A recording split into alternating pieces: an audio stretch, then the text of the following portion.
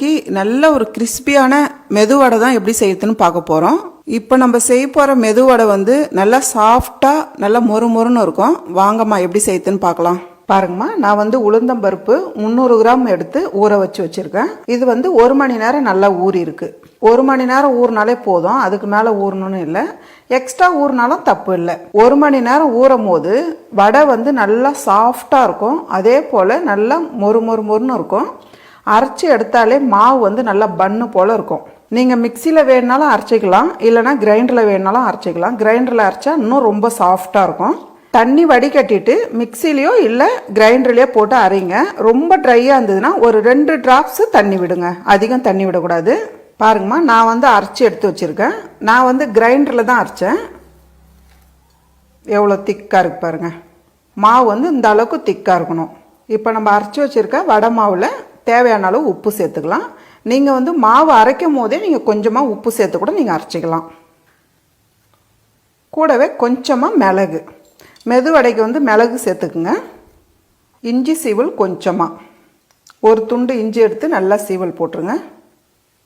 2 பச்சை மிளகா பொடியை நறுக்கியிருக்கேன், இதையும் சேர்த்துக்கலாம். காரம் ரொம்ப கம்மியாக சாப்பிட்றவங்களா இருந்தால் 1 பச்சை மிளகா சேர்த்துக்குங்க. 1 டேபிள் ஸ்பூன் அளவுக்கு அரிசி மாவு சேர்த்துக்கலாம். அரிசி மாவு எதுக்கு சேர்க்குறேன்னா மொறுமொறுப்பாக இருக்கும், அதே போல் வந்து எண்ணெய் குடிக்காமல் இருக்கும். கூடவே பொடியை நறுக்கின ஒரு வெங்காயம். மெதுவடைக்கு வந்து வெங்காயம் அதிகமாக சேர்க்க வேண்டியது இல்லைம்மா, ரொம்ப கம்மியாக சேர்த்துக்குங்க. பொடியை நறுக்கின கொத்தமல்லி. பாருங்கள், இப்போ இதெல்லாம் சேர்த்துட்டு நல்லா மிக்ஸ் பண்ணிவிடுங்க. கையில் வந்து தண்ணி தொட்டுக்குங்க. நல்லா மிக்ஸ் பண்ணுங்க. இந்த அளவுக்கு மிக்ஸ் பண்ணிவிடுங்க. மாவோட பதம் இந்த அளவுக்கு தான் இருக்கணும். இப்போ கடாயில் வடை சுடுற அளவுக்கு எண்ணெய் சேர்த்துக்குங்கம்மா. எண்ணெய் வந்து நல்லா சூடாகணும். தண்ணியில் வந்து கை நனைச்சிடுங்க. இதை போல் நனைச்சி எடுத்துக்குங்க, ஏன்னா கையிலே வந்து மாவு ஒட்டும். மாவு வந்து கொஞ்சம் அதிகமாகவே எடுத்துக்குங்கம்மா. மெதுவடைக்கு வந்து கொஞ்சம் அதிகமாக எடுத்திங்கன்னா உங்களுக்கு வந்து செய்யறதுக்கு ரொம்ப ஈஸியாக வரும். இந்த அளவுக்கு இப்படி எடுத்துக்குங்க. கட்டை விரலில் இப்படி ஓட்டை போட்டுருங்க. ஓட்டை போட்டு இப்படி எண்ணெயில் சேர்த்துடணும். ஒரு மாவுக்கும் கை தொட்டுக்குங்க. தண்ணியில் எண்ணெயில் சேர்க்கும் போது பார்த்து சேர்த்துங்கம்மா. வடை சேர்த்துட்டு நல்லா வந்து மேலே வரும். இந்த அளவுக்கு பாருங்கம்மா, நல்லா வெந்திருக்கு. அதே போல் உங்களுக்கு கலர் பார்க்கும் போதே தெரியும் பாருங்கள். மாவு வந்து இந்த அளவுக்கு கனம் எடுத்திங்கன்னா தான் இந்த அளவுக்கு நல்லா அழகாக வடை வரும். இப்போ வந்து நம்ம எடுத்துடலாம். எண்ணெய் நல்லா வடிகட்டி எடுத்துக்குங்க. அவ்வளோதாம்மா, நல்ல டேஸ்டான ரொம்ப சிம்பிளான மெதுவடை ரெடி. ரொம்ப மொறுமொறுப்பான மசால் வடை எப்படி செய்யுதுன்னு பார்க்கலாமா? பாருங்கம்மா, நான் வந்து 400 கிராம் கடலைப்பருப்பு எடுத்து ஊற வச்சுருக்கேன். அதாவது 3/4 மணி நேரம் ஊற வச்சுருக்கேன். அதுக்கு மேலேயும் ஊற வைக்காதீங்க, அதை விட கம்மியாகவும் ஊற வைக்காதீங்க. 1 மணி நேரத்துக்கு மேலாம் ஆயிடுச்சுன்னா ரொம்ப ஊறிடும், வடை வந்து மொறுமொறுப்பாக இருக்காது. நல்லா கழுவி எடுத்துருங்க. இப்போ மிக்ஸி ஜார் வச்சுக்கோங்க. மிக்சியில் வேணுனாலும் அரைச்சி எடுத்துக்கலாம், இல்லைனா நீங்கள் கிரைண்டரில் வேணுனாலும் அரைச்சிக்கலாம், அது நம்மளுடைய விருப்பம் தான். இப்போ ஜாரில் வடிகட்டி சேர்த்துருங்க. மிக்ஸி ஜாரில் சேர்க்கும் போது தண்ணி இல்லாமல் சேர்த்துக்குங்க. கொஞ்சம் கொஞ்சமாக சேர்த்து அரைச்சிக்குங்க. இது கூடவே 1 ஸ்பூன் சோம்பு சேர்த்துக்கலாம். கொஞ்சமாக உப்பு தேவையான அளவு. நான் வந்து நல்லா ட்ரையாக வடிகட்டி சேர்த்துருக்கேன், அதனால் லைட்டாக தண்ணி, அவ்வளோதான். ரொம்ப நைஸாக அரைக்கக்கூடாது, கொஞ்சம் நல்லா கொரகொரப்பாக தான் இருக்கணும். ஏன்னா மசால் வடைனாலே மாவு வந்து கொரகொரப்பாக தான் அரைக்கணும். பாருங்கள், இந்த அளவுக்கு இருக்கணும். ஒரு பருப்பு முழுசாகவே இருக்கணும். அதே போல் மாவு வந்து கொரகொரப்பாக இருக்கணும். ரொம்ப நைஸாக அரைச்சிட்டிங்கன்னா வடை வந்து மொறுமொறுப்பாக இருக்காது. இப்போ வந்து ஒரு பவுலில் சேர்த்துக்கலாம். இதே போல் இருக்கிற பருப்புலாம் அரைச்சி சேர்த்துக்குங்க. பருப்பு அரைச்ச பதம் வந்து இந்த அளவுக்கு தான் இருக்கணும். மசால் வடைக்கு கொஞ்சம் காரசாரமாக சாப்பிடுவாங்க. நீங்கள் வந்து காரம் எவ்வளோ தேவைப்படுதோ அதுக்கேற்ற மாதிரி நீங்கள் சேர்த்துக்குங்க. நான் வந்து 4 பச்சை மிளகாய் எடுத்து பொடியை நறுக்கியிருக்கேன், இதை சேர்த்துக்கலாம்.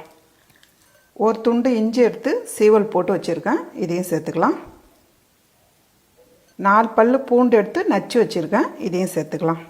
கூடவே கொஞ்சமாக புதினா, ஏன்னா மசால் வடைனாலே புதினா கருவேப்பிலாம் சேர்த்துப்பாங்க. நீங்கள் வந்து புதினா இஷ்டப்பட்டால் சேர்த்துக்குங்க, இல்லைன்னா நீங்கள் விட்டுடலாம். இதை வந்து நல்லா பொடி இப்படி கட் பண்ணிவிடுங்க. அதே அளவுக்கு கருவேப்பிலை,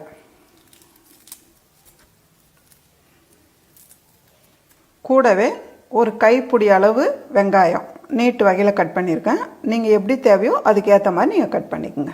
இப்போ இதெல்லாம் சேர்த்து நல்லா மிக்ஸ் பண்ணிவிடுங்கம்மா. நல்லா கிளறிடுங்க. தண்ணி சேர்க்கக்கூடாது. தண்ணி வந்து இந்த அளவுக்கு தான் இருக்கணும் பதம். எல்லாமே சேர்த்துட்டு நல்லா வந்து பிசைஞ்சு கிளறணும். அவ்வளோதான். அப்படியே இருக்கட்டும். கடாய் வச்சுக்கோங்க. கடாயில் வந்து வடை சுடுற அளவுக்கு எண்ணெய் சேர்த்துருங்க. பாருங்கம்மா, எண்ணெய் வந்து இந்த அளவுக்கு நல்லா சூடாகணும். பாருங்கள், உள்ளங்கையில் வந்து இப்படி தண்ணி, ஏன்னா ஒட்டாமல் வரும். இல்லை நீங்கள் இலையில தட்டுறதுனால கூட இலையில தட்டி போடலாம். உருண்டை வந்து இந்த சைஸுக்கு எடுத்துக்கோங்க. உங்களுக்கு வந்து எவ்வளோ சைஸ் வடை வேணுமோ அந்த அளவுக்கு நீங்கள் எடுத்துக்கலாம்.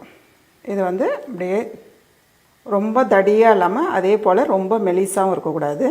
உங்களுக்கு வந்து ஷேப் வரலன்னா கூட பரவாயில்ல. ஆனால் தட்டுறது மட்டும் நல்லா இப்படி பண்ணிவிடுங்க. பாருங்கள், இந்த அளவுக்கு.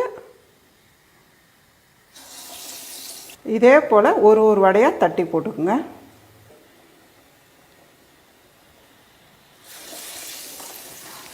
எண்ணெயில் போடும் போது பார்த்து போடுங்க. பாருங்கள், ஒரு பக்கம் செவந்து வந்ததும் நீங்கள் திருப்பி விடணும்.